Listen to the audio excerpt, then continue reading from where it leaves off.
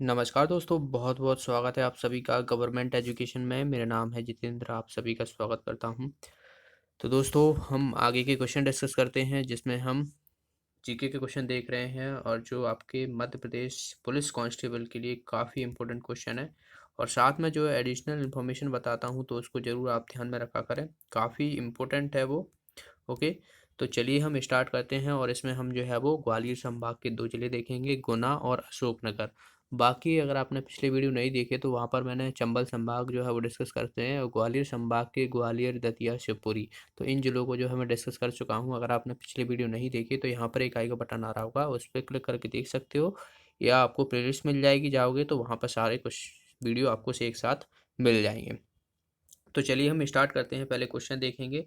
तो first question की तरफ बढ़ते हैं। यहाँ पर देखिए, नदी छिपरा में विलीन हो जाती है। तो छिपरा नदी आपको पता हो मध्य प्रदेश में जो है वो बहती है, और ये इंदौर की काकरी बरड़ी पहाड़ी से जो है वो निकलती है। इम्पोर्टेंट है, याद रखना है। मालवा की गंगा अगर कहा जाता है तो छिपरा नदी को कहा जाता है, और ये जो है वो चंबल नदी की सहायक नदी है। तो इसका आंसर हो जाएगा हमारा डी ऑप्शन।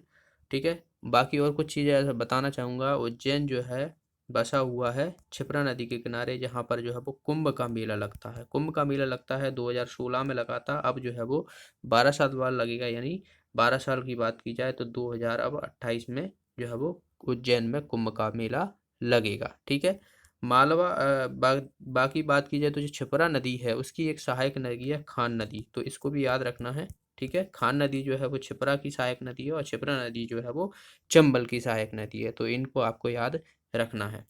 अगले क्वेश्चन की तरफ बढ़ते हैं। नेक्स्ट है यहाँ पर, नमक कानून के खिलाफ विरोध प्रदर्शन करने के लिए नेतृत्व था। तो नमक कानून की बात की गई है, जिसे हम डांडी मार्च के नाम से भी जाना जाता है, या नमक सत्याग्रह आपको मिल सकता है। नमक सत्याग्रह, डांडी मार्च और नमक कानून, तो ये सभी हैं। 1930 में जो है ये हुआ था, महात्मा गांधी के द्वारा किया गया था, जो कि 78 जो है इनके साथ फॉलोवर थे, और इन्होंने जाके नमक कानून तोड़ा था। तो ये जो है वो 12 मार्च से जो है वो 5 अप्रैल तक जो है इन्होंने दूरी तय की थी, और 240 माइल्स जो है ये चल के गए थे। और वहाँ बात की जाए तो नमक कानून जो है इन्होंने तोड़ा था। आगे बात की जाए तो देखिए, डांडी मार्च, तो इसका आंसर क्या हो जाएगा हमारा? इसका आंसर हो जाएगा डांडी मार्च। ओके, भारत छोड़ो आंदोलन की बात की जाए तो भारत छोड़ो आंदोलन, जिसे हम क्विट इंडिया मूवमेंट बोलते हैं, तो 8 अगस्त 1942 को हुआ था ये। ठीक है, सिविल ओबीडियंट मूवमेंट यानी सबने अवज्ञा आंदोलन है, ये हुआ था 1920 को।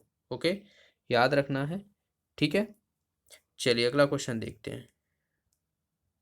www का पूरा नाम बताना, ये कंप्यूटर का क्वेश्चन है। इसके नाम पूछ लिया जाता है, या आपसे पूछ लिया जाता है कि इसका इन्वेंट जो है वो किसके द्वारा किया गया था। तो इसका इन्वेंट जो है वो Tim Berlin, okay, Tim Berners Lee के द्वारा जो है ये इन्वेंट किया गया था, और इसको जो है वो वर्ल्ड वाइड वेब कहते हैं। तो इसका आंसर हो जाएगा हमारा बी ऑप्शन। कुछ चीज़ और बताना चाहूँगा, जैसे कि आपसे पूछ लिया जाता है HTTP, hyper text transfer protocol कहते हैं, और TCP IP भी आपको मिल जाता है, तो ट्रांसमिशन कंट्रोल प्रोटोकॉल कहते हैं, और ये जो है वो इंटरनेट प्रोटोकॉल कहते हैं। तो ये आपको कुछ चीज़ें जो है वो आपको फुल फॉर्म में पूछ ली जाती हैं कंप्यूटर की, तो आपको याद रखना है। अगले क्वेश्चन की तरफ बढ़ते हैं। हर्षदा तोमर जो है वो ये किस खेल से संबंधित है? ये मध्य प्रदेश की खिलाड़ी हैं।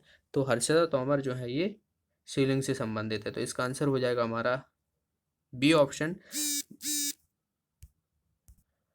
मलखम। मलखम से जो है आपको पता हो तो योगेश मालवीय संबंधित हैं। ठीक है, याद रखना है आपको। कुछ और मैं आपको बताना चाहूँगा, जैसे कि ऐश्वर्य प्रताप है तो घुड़सवारी से संबंधित है।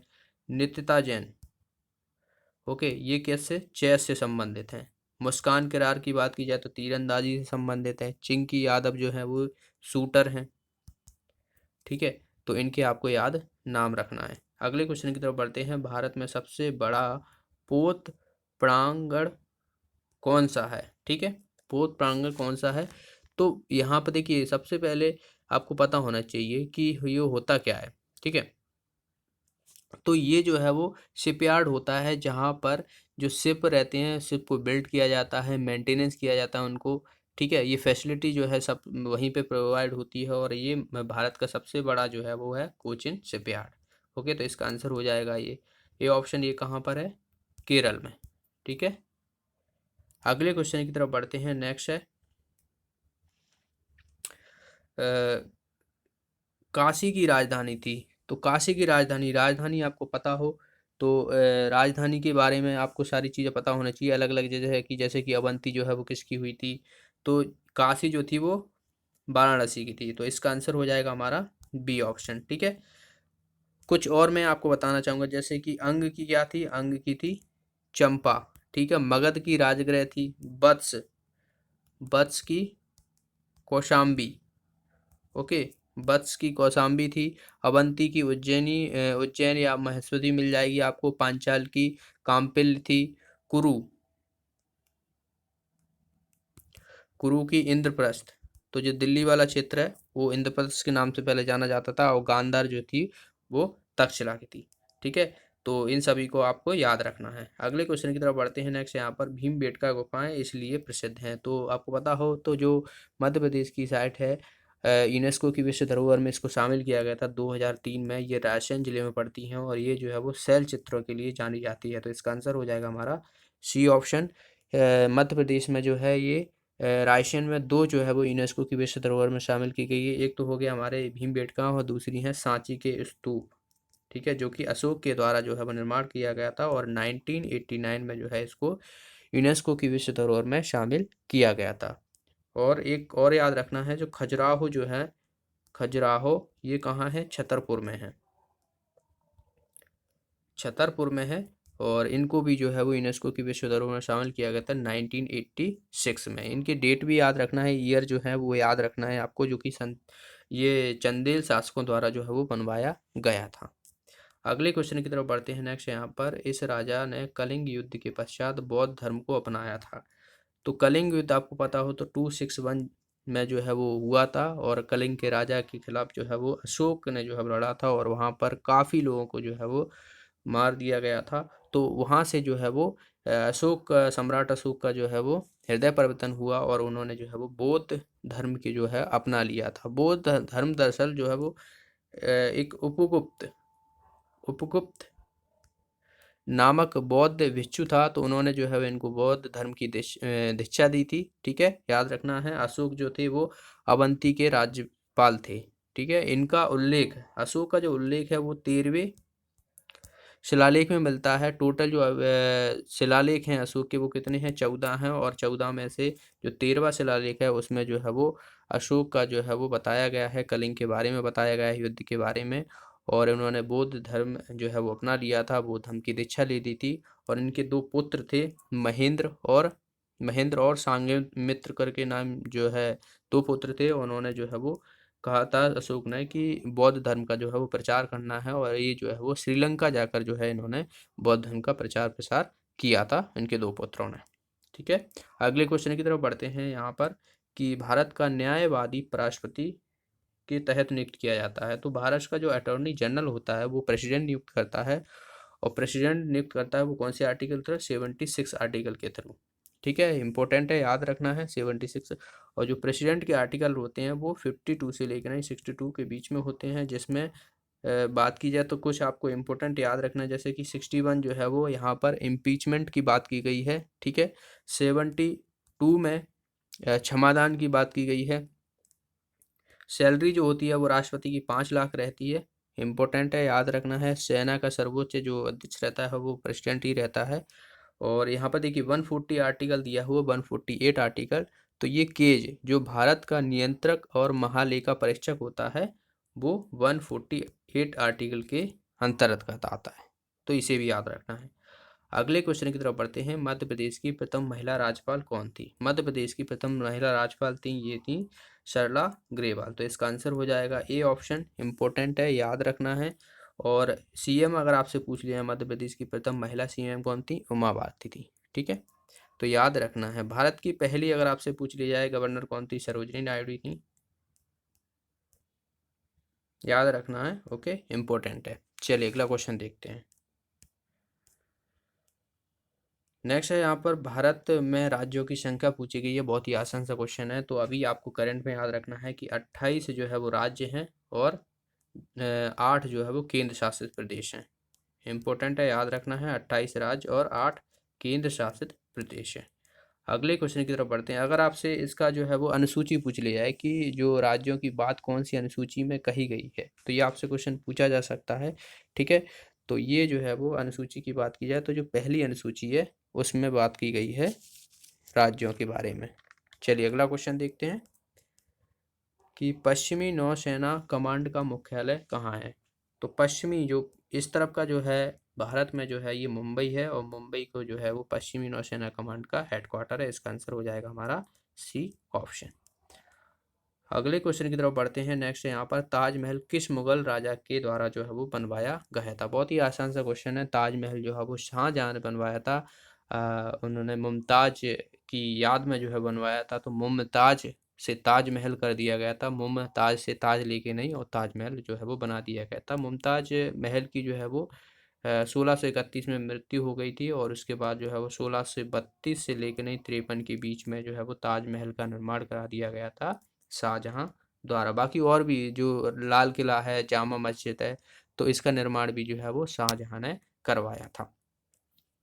अगले क्वेश्चन की तरफ बढ़ते हैं। नेक्स्ट है भारत किस गोलार्ध में स्थित है। तो भारत आपको पता हो तो अगर मैं ये बात करूं तो अगर मैं इसको जो है वो 0 डिग्री मान के चलता हूं तो ये कर्क रेखा जो है वो ऊपर होती है जो कि 23.5 डिग्री है, और इधर जो रहती है वो मकर रेखा रहती है। तो अपना जो इधर जो है वो भारत है, ठीक है, जो कि ईस्ट वेस्ट नॉर्थ साउथ, तो ये किस में नॉर्थ ईस्ट में पड़ गया।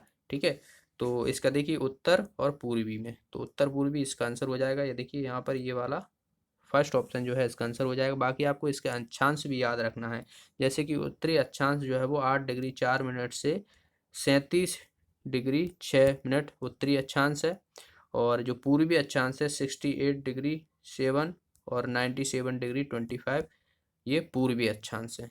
तो इनका आपको याद रखना है।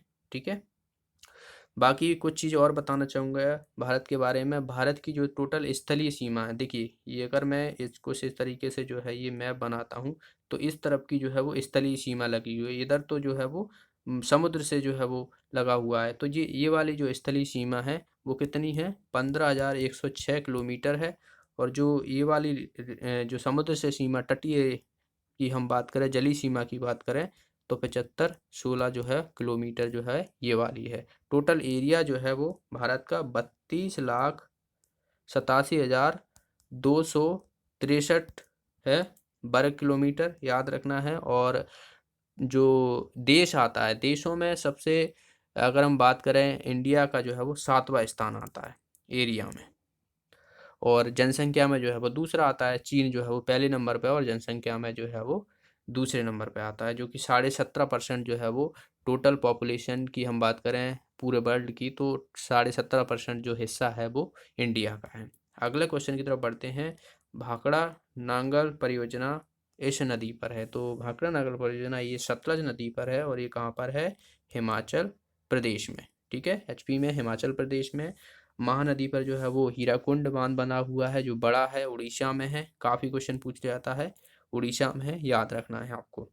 अगले क्वेश्चन की तरफ बढ़ते हैं। यहाँ पर चंबल परियोजना किन राज्यों का मिला जुला सहायक कार्य है। तो चंबल आपको पता हो तो अरावली जो पर्वत है, और राजस्थान जो इस तरफ पड़ता है, इधर मस्ती पड़ता है, तो वहाँ पर है। और इसके जो है वो बांध बने हुए, बांध से आप लगा सकते हो। देखिए राणा सागर बांध हुआ, जवाहर सागर बांध हुआ, और गांधी सागर बांध हुआ।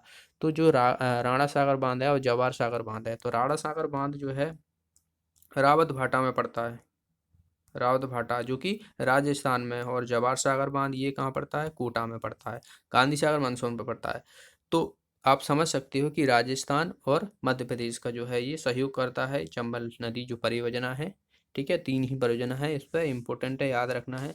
मृदा अपरदन का काफ़ी जो है वो देखा जाता है। जो मुरैना जिला है वहाँ पर मृदा अपरदन काफ़ी करती है चंबल नदी के द्वारा, तो इम्पोर्टेंट है, याद रखना है। अगले क्वेश्चन की तरफ बढ़ते हैं। यहाँ पर उस अधातु का चयन कीजिए जो कमरे के तापमान पर द्रव अवस्था में रहती है। तो देखिए एक तो धातु होती है, एक अधातु होती है। तो अधातु अगर आपसे पूछा जा रहा है यहाँ पर तो वो कौन है, ब्रोमीन है। अगर आपसे धातु पूछी जाए कि धातु ऐसी कौन सी धातु है जो कमरे के तापमान पर जो है वो तरल अवस्था में रहती है, तो वो कौन सी रहती है, पारा, Hg या मरकरी। ठीक है, मरकरी भी लिखा मिल सकता है जिसका हम थर्मामीटर में जो है वो यूज करते हैं। तो अधातु तो हो गई ब्रोमीन और धातु हो गई पारा, तो ये तरल अवस्था में जो है वो पाई जाती हैं। ठीक है। अगला क्वेश्चन है ग्रीन हाउस प्रभाव इनमें से क्या क्यों पड़ता है। तो ग्रीन हाउस प्रभाव जो है वो इंफ्रारेड किरणों की वजह से जो है पड़ता है, तो इसका आंसर हो जाएगा हमारा बी ऑप्शन। गैस आपको याद रखना है, जो ग्रीन हाउस गैसेस हैं वहाँ से क्वेश्चन पूछ ले जाता है। तो ग्रीन हाउस गैसेस में कौन सी आती है, CO2 आती है, मीथेन आती है CH4, N2O आती है जिसे नाइट्रस ऑक्साइड बोलते हैं, लाफिंग गैस कहा जाता है। ठीक है। O3 आती है जिसे ओजोन कहा जाता है, और H2O जिसे वाटर वॉपर कहते हैं, तो ये भी आती है। तो ये ग्रीन हाउस गैसेस हैं, याद रखना है आपको।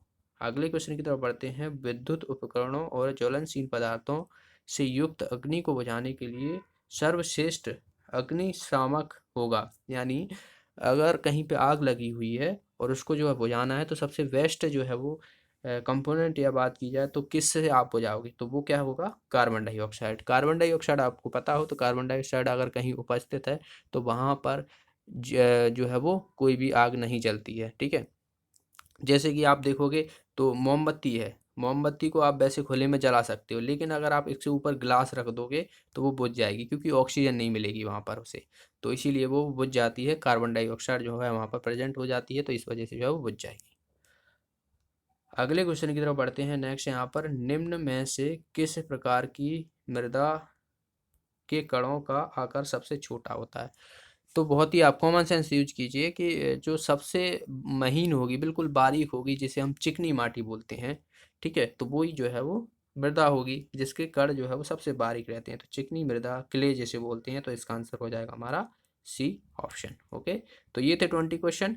अब हम बात करते हैं डिस्ट्रिक्ट की। 2 डिस्ट्रिक्ट लेने वाले हैं, 2 जिले लेने वाले हैं मध्य प्रदेश के, जो ग्वालियर संभाग के अंतर्गत आते हैं। तो सबसे पहले मैं लेने वाला हूँ अशोकनगर। ठीक है। अशोकनगर जो कि ग्वालियर ये संभाग के अंतर्गत आता है, और आप देख सकते हो यहाँ पर जो है, ये जो आप देख रहे हो ये है अशोकनगर, जो कि पहले गुना का जो है वो गुना के साथ जुड़ा था। गुना से अलग होकर इन्होंने जो है वो अशोकनगर को एक नया जिला बना दिया गया था। तो गुना और अशोकनगर इन दोनों को देखने वाले हैं। सबसे पहले हम जो है वो अशोकनगर को देखेंगे। ठीक है। तो यहाँ पर ये ब्लैक में है, शायद आपको ना दिख रहा हो, वाइट तो आपको दिख रहा होगा, पर मैं आपको बता दूंगा। ठीक है। तो ये यहाँ पर थोड़ी ये सही से जो वही इसे भी हाइड करना था। चलिए हम देखते हैं यहाँ पर। तो अशोकनगर जो है वो किन पहाड़ियों से घिरा हुआ है। तो चंदेरी की पहाड़ी और झीलों से जो है वो घिरा हुआ है। सीधा सीधा आपसे क्वेश्चन पूछा जाएगा कि चंदेरी की पहाड़ियाँ हैं या झीलों से कौन सा जो है वो जिला घिरा हुआ है, तो वो कौन सा है, अशोकनगर है। ठीक है। यहाँ पर जो नदियाँ हैं, सिंध और बेतवा, ये 2 नदियाँ जो है बहती हैं अशोकनगर में। तो इसका आंसर ये याद रखना है, सिंध और बेतवा। वहीं हम बात करें तो ये पहले क्या था, गुना जिले का जो है वो हिस्सा हुआ करता था। उसके बाद जो है वो 15 अगस्त 2003 को जो है वो इसको गुना से अलग करके जो है वो अशोकनगर एक नया जिला बना दिया गया था। ठीक है। और अशोक को पूर्व में पधार, ठीक है, पधार के नाम से जो है वो जाना जाता था। याद रखना है, प्राचीन काल में बात की जाए तो। यहाँ पर त्रिकाल चौबीसी जैन मंदिर के जो है वो देश भर में प्रसिद्ध है। तो ये कहाँ पर है, ये अशोकनगर में है, त्रिकाल चौबीसी जैन मंदिर। ठीक है। आगे बात की जाए तो चंदेरी नगर की स्थापना किसके द्वारा की गई थी। तो राजा कीर्तिपाल के द्वारा जो है वो 10वीं और 11वीं शताब्दी में जो है की गई थी। अशोकनगर की अशोकनगर में जो है वो चंदेरी नगर है। चंदेरी चंदेरी जो है वो आपको पता हो तो जो किलों के लिए, और बात की जाए तो जो साड़ियाँ हैं उनके लिए जाना जाता है। तो ये देखिए यहाँ पर चंदेरी का किला जो है ये कहाँ पर है, अशोकनगर में स्थित है। और चंदेरी के किले का जो मुख्य द्वार है उसको कहा जाता है खूनी दरवाजा।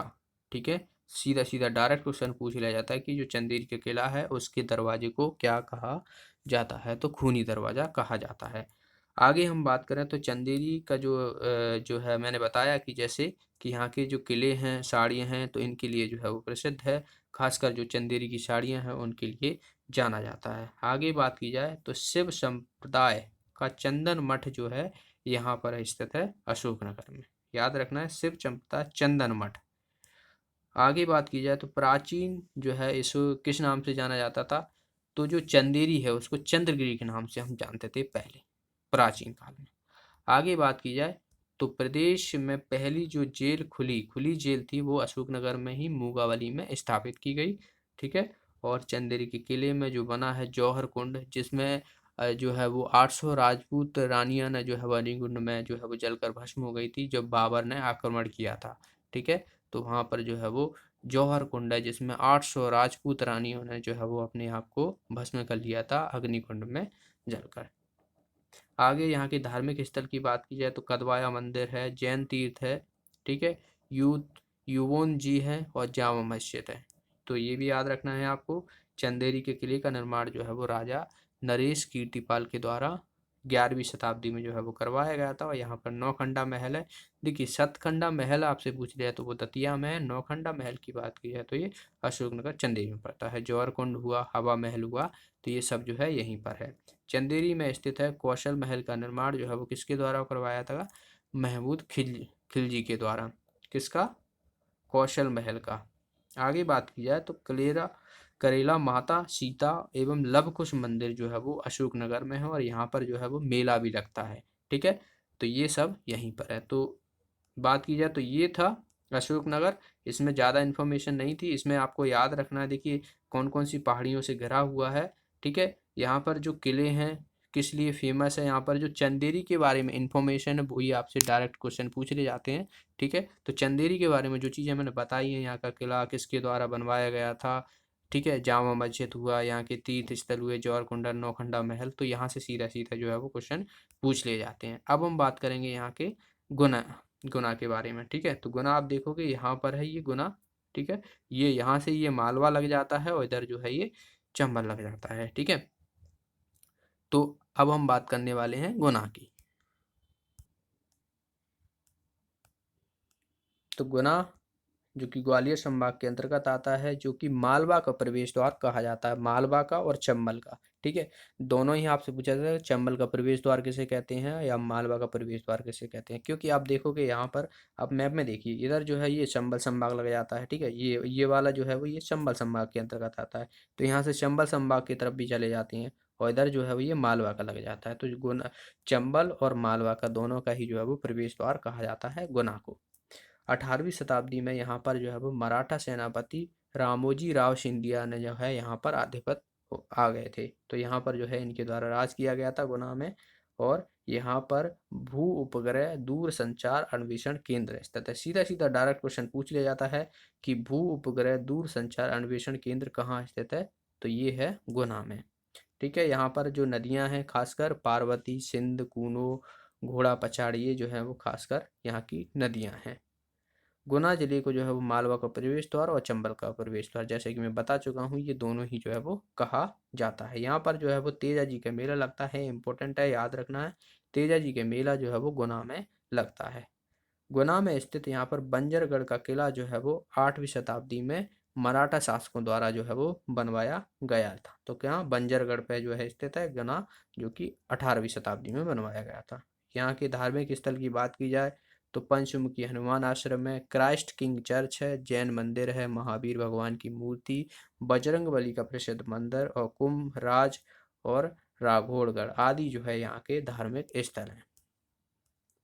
ठीक है, तो गुना में ज़्यादा इन्फॉर्मेशन नहीं थी, इतनी ही थी। ये दो जिले जो है वो, उस अशोकनगर में बात की जाए तो चंदेरी से इन्फॉर्मेशन है, तो वो आपको याद रखना है। और गुना में बात की जाए तो आपको नदियाँ याद रखना है, एक याद रखना है भू अन्वेषण केंद्र, ये डायरेक्ट क्वेश्चन पूछा भी गया है व्यापमं के एग्जाम में, और मालवा का प्रवेश द्वार, चंबल का प्रवेश द्वार और ये तेजा जी का मेला, तो ये खासकर आपको याद रखनी है यहाँ से। ओके, तो आज की इस वीडियो में इतना ही। वीडियो अच्छा लगा तो वीडियो को लाइक और शेयर जरूर कर दिया करें। आपका एक लाइक एक शेयर हमें मोटिवेट करता है, तो आप लाइक, वीडियो को शेयर जरूर कर दिया करें।